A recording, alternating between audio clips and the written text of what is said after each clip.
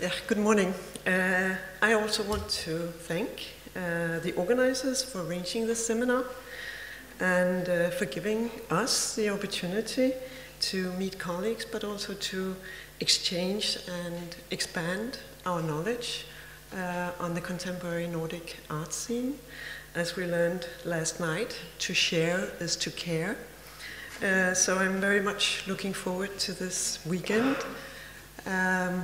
I just want to shortly introduce myself and the institution I represent.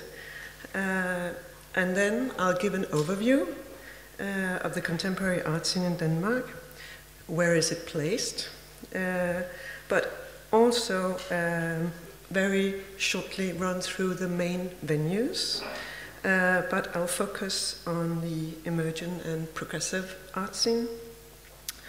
But I'll also take some time to give a historical explanation for the scene in Copenhagen mainly, and because this sort of gives an explanation on how the scene is organized, and I'll just introduce the 5 main kunsthalles. I'll not talk about the museums.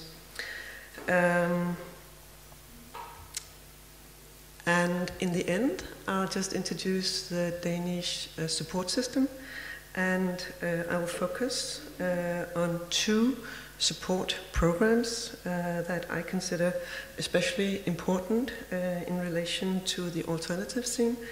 And one of these programs turned out to work quite contrary to what the intentions originally were. So I'll start by introducing the Danish Arts Agency, which is located in the center of Copenhagen, and also this is our website, and I just wanted to show you this because the structure is quite complicated, but it's in Denmark the public funding for art is completely centralized. So the Arts Agency comprises of 3 organizations, both the Arts Council and the Arts Foundation and the agency. And the 2, sort of the council and the foundation consists of committees, and the agency is those who work full-time, so to speak. That's an easy way to explain it. And we administer all the public funding for art in Denmark in those areas that you see mentioned: architecture, visual art, film, literature, craft and design, music, theater, and all the international aspects of those areas. But to start, when I was asked to talk about, to give an overview of the contemporary Danish art scene, you tend to focus on Copenhagen. But to be politically correct, I just wanted to say that there are art scenes outside of Copenhagen as well. To start at the academy level, there are 3 academies in Denmark. There's the Royal Danish Academy, founded in 1754. It's a 6-year study, and they admit around 30 students a year. The other 2 academies can be viewed as alternatives to the academy in Copenhagen, and this is also how they position themselves. For example, the academy at Funen in Odense, they tend to profile themselves as more theoretical and international oriented than the Copenhagen Academy, which is still very traditional with professor schools. And then there's the academy in Funen. But I have to say that even though there's the academy in Odense and there's the Brands Klædefabrik that shows contemporary art, you cannot really talk about an art scene in Odense. There are no galleries. There are really no sort of art life besides these two institutions. Whereas in Aarhus, it's a different situation because you both have a strong museum situation. There's the Ars, and then there's the Aarhus Kunstbygning, which is an old institution that has recently revitalized itself. And you have a number of artist-run spaces. Room 46 is one of the more important ones. It has existed for, I think, 15 years. And it's still a very important place for international exchange also in Aarhus. I just want to shortly say something about how I structured each slide. I've chosen an image of the gallery from the outside and from the inside, so you get an impression of how the gallery looks like and also the interior space. And then I quote from their statement about their profile and their ambitions. But there are also other spaces, Überkunst, Spanien 19C, and Machwerket. Some of these exist for short time. For example, Überkunst has already closed down, but they were very connected to the street art scene in Aarhus. So, I'll focus on Copenhagen from here, because the situation in Copenhagen is that we have 5 exhibition halls or contemporary art centers, and I want to just shortly introduce them, even though they're not all important spaces for sort of emerging and progressive art, but because they used to be, because their history tells us something about the specific Danish tradition for artist-run spaces. And even the most traditional and mainstream space, Gammel Strand, was founded in 1825 by an artist, Eckersberg. This sort of sets the agenda for how the spaces developed, because they tend to be a reaction against the existing situation. So the next space that opened was Charlottenborg, which is probably the most important space, the biggest space for contemporary art today. And from the start, Charlottenborg was the place where the members of the Danish Academy showed their works. And it was what you could call the official salon.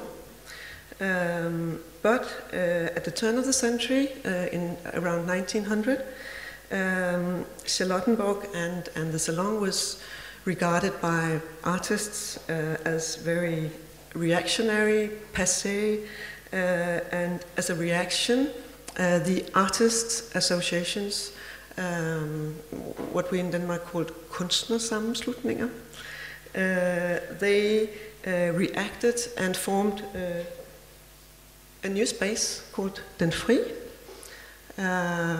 It's a building built by Willumsen, a Danish artist, and it was in opposition to Charlottenborg. And this history sort of tends to repeat itself, that the one space is established as a reaction to the previous one. So Den Fri was regarded as Salon de Réfugiés at the beginning of the century, and Charlottenborg became the traditional space. But later on in the 70s, Charlottenborg was taken over by the artist association Grønningen, and they sort of kept Charlottenborg in their as their stronghold for the next 25 years. And my point here is that what starts out as sort of artist-initiated and alternative, tend to become tradition, and that the artist run can be quite as stale and something that really stands against new initiatives. So this is very much the situation in Copenhagen, and the last institution is organ. I'll not speak so much about organ because Henriette will talk about this institution tomorrow. Organ was started in 1986, and again it represented a need to establish a new space because both Den Fri and Charlottenborg were seen as controlled by these artist organizations.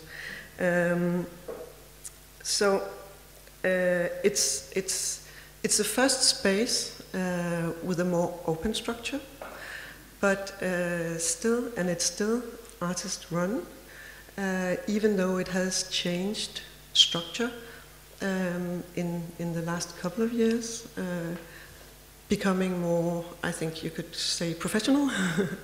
But I'll rely on Henriette to talk more about this tomorrow. So we have a situation where the one space has sort of fed the next one, given birth to the new one. The only one I haven't mentioned is Nikolai, because that has not been initiated by artists, but by the city of Copenhagen. And this situation created a really difficult situation in many ways, because there was in Copenhagen there's no museum for modern art. This is also very important to stress, and there's no space, especially for contemporary art. So you had these exhibition halls that were controlled by very traditional artists, and as a reaction to this, Jakob Fabricius created Copenhagen Exhibition Hall. It was both very seriously meant, but it was also somehow of a joke, because it's a vitrine, two vitrines opposite the main station, and he invited artists to make exhibitions in these vitrines, and he called it Copenhagen Exhibition Hall. Unfortunately, it has closed down again, but it was a really interesting initiative and very critical of the situation in Copenhagen. What is happening now is quite interesting, because rumors and strong forces are working to actually open a new Kunsthal in Carlsberg, and this time, for once, it's not an artist initiative. It's initiated by a gallerist, Nikolaj Waldner, and he is trying to secure funding for this space, and he has secured some money both from the city of Copenhagen but also from the cultural ministry, and he's hoping to build it at the Carlsberg area, where also a lot of the galleries have moved recently. But we'll see, because in Denmark, I think it's a different situation from the other Nordic capitals, because it's extremely difficult to get private money for exhibition spaces. You can get public funding, but apart from that, it's very difficult. So the first model Nikolaj tried out was to create a Kunsthal with galleries around it, so that the galleries actually was part of the funding for the Kunsthal.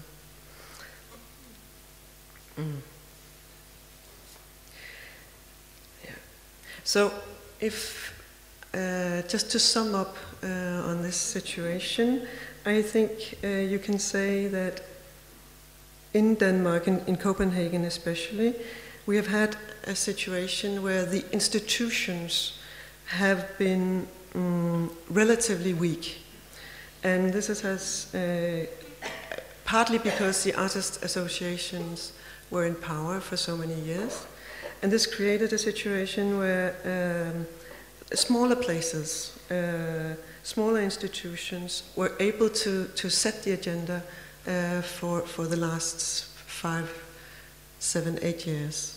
So this vacuum has had also positive sides, but because it really opened up a large area to be filled by alternative spaces and by initiatives taken by others than the big institutions. So I'm going to give you a brief overview of the alternative on the contemporary Danish art scene. It will only be an overview. It will be quite brief, and it's not in any way comprehensible. It's comprehensive. I try to find examples of spaces, initiatives that are reinterpreting the alternative in different ways. And I also try to take out examples that characterize how the situation is in Copenhagen at the moment.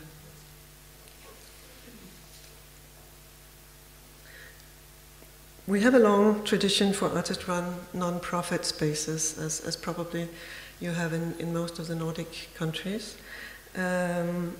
These galleries were especially strong in the 90s. One of the more important ones at the moment is komu. And the reason why I mention this space especially is because komu has a really strong network around them, and they also have a large audience, because this is can be one of the weaknesses of the smaller alternative galleries, that they're really for a close circle of those who run the gallery and their friends. But komu have quite a large audience, and then they also have quite strong international network as well, and it's interesting artists showing their works there.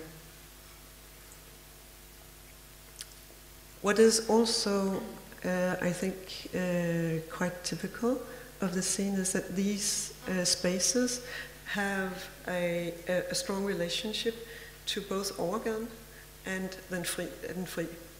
And there's an exchange there that they go on and have exhibitions at the bigger institutions. Another characteristic are these galleries which focus on specific mediums. This is TTC. They focus on art books and magazines. And we have a number of these in Copenhagen at the moment. One is called Skulpturer. They show sculpture and three-dimensional works. We have Danish artists working with prints, Danske Grafikere. They also run a gallery. There's a gallery for video, and there's net filmmakers where you can access videos on the internet. So I think this is, if not a trend, but there's quite a number of these galleries that focus on one medium, one expression, and sort of specialize on this. Then there are initiatives which keep a more intimate format. Gudrun's Saloner, it has closed down again, but it was the artist Gudrun Hasle who held a number of salons in a private apartment, and it also drew a small but consistent audience. She's closed down again, but it was important while it lasted. Then there's Tourist Gallery, a newly open space, who also tries to redefine what these artist-run galleries can do. And they define themselves as a work-out space for artists. And by this they mean that it's a space where artists can try and work and train themselves in creating exhibitions. It's also located in a different place than these galleries normally are. It's in a shopping arcade. And then there's a storeroom in the back where artists have placed their works. So each exhibition is a recombination of the works which are already there, already existing, and they sort of try out new combination, and this is sort of the rules that they have set for themselves. Then there are a number of what I would call micro galleries. One of them is Sine Hvad I skabet, which is just what you see above there. It's in the street, and the work is replaced. It's a vitrine again. And these initiatives are more directly at what you could call an accidental audience. It's works that are meant to be seen accidentally. You come across them, and there's Momentane, which is not a space you can enter, but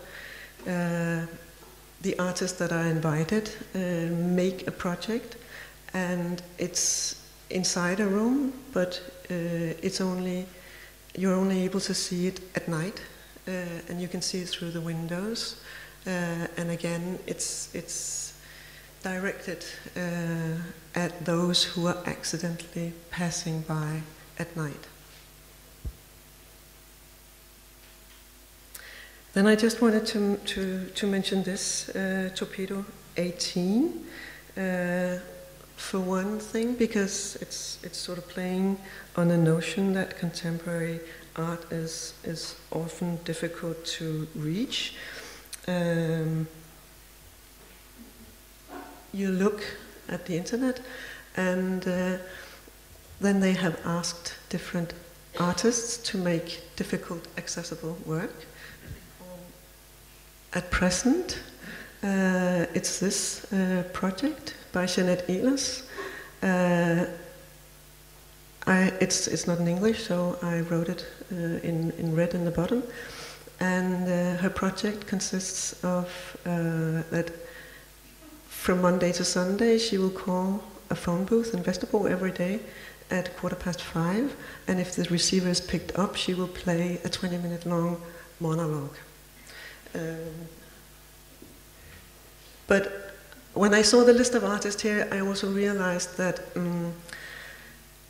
what I think is quite noteworthy is that these artists come from different places. It's not the same group of artists that participate in this project. It's both very established artists, it's not so well-known artists, it's artists working in different medias.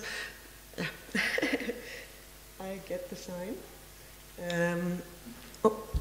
Imo is important to mention, because Imo is a new gallery that was born out of the crisis in 2008, 2009. And these artists decided to set up their own gallery because the gallery that represented most of them closed down. It was Birgitte Kirchhoff.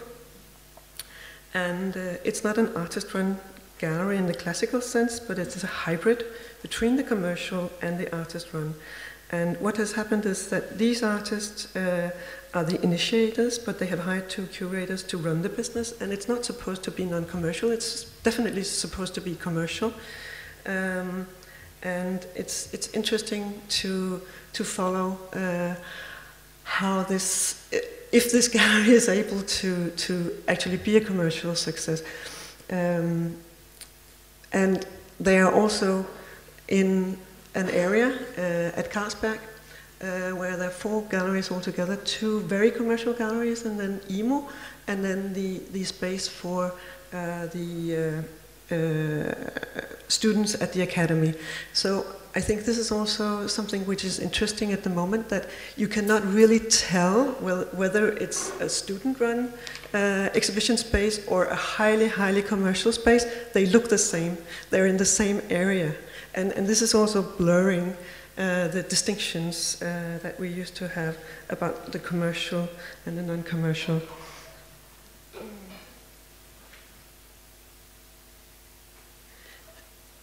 This is just another example of something that used to be outside the commercial circuit, street art. Virtir Gallery is a gallery that opened in 2002, and they focused on street art and making it a very commercial business. And at the height of the economic success for the galleries, this was the place to be, because all the collectors thought it was so hip to have these street art artists in their collections. And it's a gallery that are still running, but mainly with street art artists, but really commercial. I think given the time,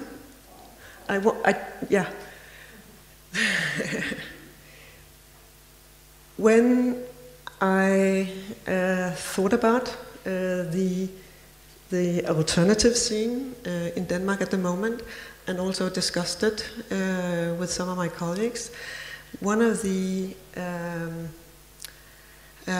thing that also was important to say about the present is that it's not as critical as it used to be like 10 or 15 years ago. And there's an artist, Jakob Jacobsen, who was important and still is important on the Danish art scene. And because together with Henriette Heise, he created alternative institutions. This is Copenhagen Free University. And they created this as a reaction, a critical reaction to the situation at the Copenhagen University at the time, where their point being that education and research were no longer free, it was instrumentalized. And so this was also a critical position. And I think the alternative as a kind of culture, counterculture, and being very critical is not so at the front at the Danish art scene at the moment, but it used to be. And I just want to mention 2 other initiatives, TV, and also UNKB, which are more sort of community-oriented, a community-oriented practice. But they're not marginalized, but they're definitely not the center of attention, even on the alternative scene at the moment. And then, of course, we have an alternative art fair that focuses on being a kind of platform for the alternative scene, both in Denmark but also within the Nordic countries. They do not see themselves as a supplement to the commercial art fair, the Art Copenhagen, but they see the art fair as a part of the alternative practice. Just to touch on the funding. This is an overview of the total funding for Danish art.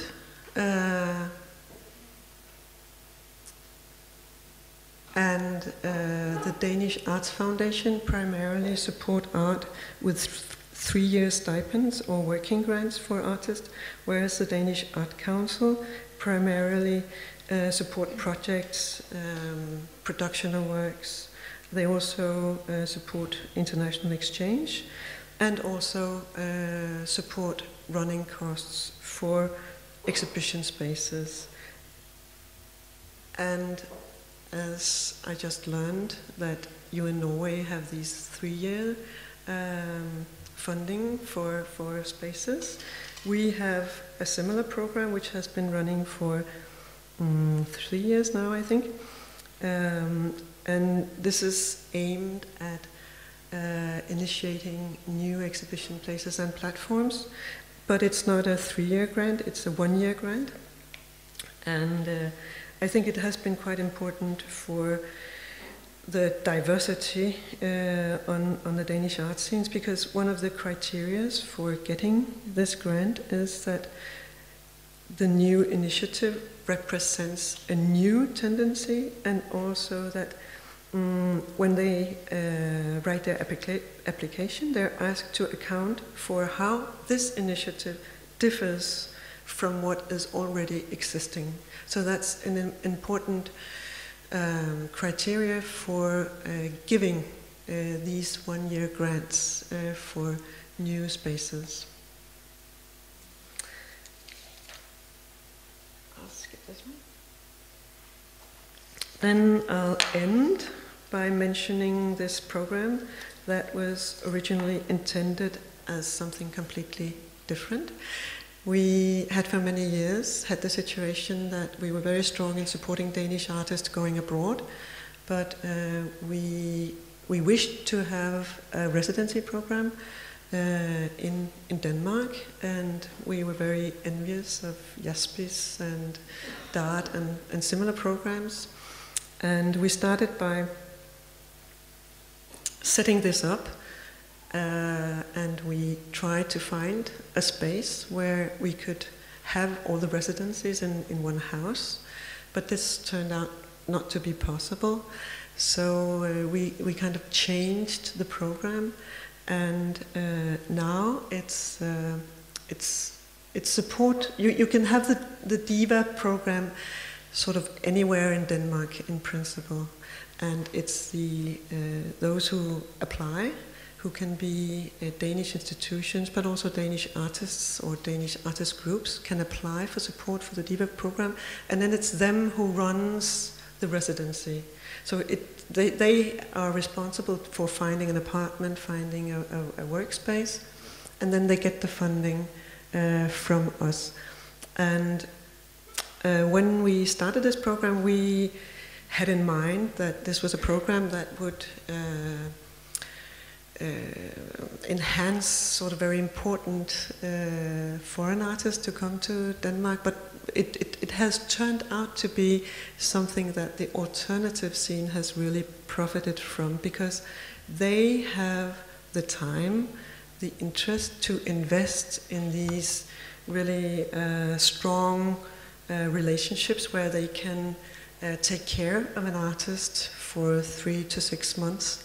And we have seen a pattern that it's a program where we get more and more applicants from the alternative scene in really small spaces, and it's one of the ways that they can really get stronger international relations. So many of the galleries I mentioned here, many of the initiatives, they have had a DIVA residency.